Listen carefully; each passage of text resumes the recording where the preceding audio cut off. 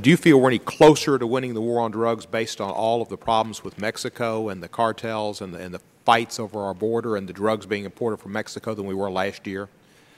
Well, whether you call it a war on drugs or some other term, I mean, I firmly believe that we need to do what we should to stem both drug trafficking into the United States and drug usage in the United States. And I do believe there have been some successes, particularly when it comes to the use of drugs by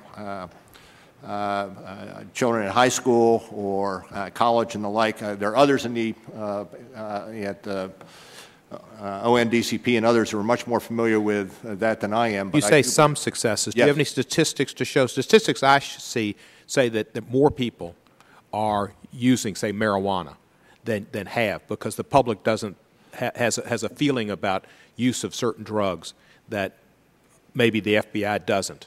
Is there a better way, and some people have suggested looking into a system of legalization that might be effective in stemming the tide of drugs from Mexico and then the border wars and the immigration problems from Mexico? Have you considered this as a possibility? I think anybody who looks at this problem considers it, and ultimately when you look at it, rejects it.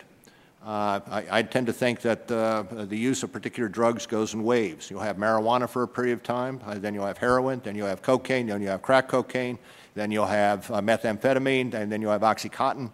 And it goes in waves. And let me ask you about the way too many people. I'm sorry, but there are too many individuals, both parents and others, who have lost their lives to drugs to give a ready answer that it should be legalized. I agree with you, sir. And there are lots of parents who've lost their lives to crack, cocaine, methamphetamines, and heroin, and they've somewhat gone in waves. Name me a couple of parents who've lost their lives to marijuana. Can't. Exactly, you can't, because that hadn't happened, and there hadn't been a wave, because that's been a constant thing in America since Harry Anslinger, because African Americans used it and saw it as something that was crippling, and gave it to the Latin Americans and put an ethnic tone to it. When have we? Don't we? Is there some time we're going to see that we ought to prioritize meth, crack, cocaine, and heroin, and deal with the drugs that the American culture is really being affected by and lives are being lost? The only thing I would say is that you talk to parents who have lost their children to drugs. Right. They will inevitably say that they started off with marijuana. They probably started off with milk and then went to beer. And then they went to bourbon, and then they might have gone to marijuana. The gateway theory doesn't work. Maybe. It's a reality. Obviously, we're going to have not going to agree there.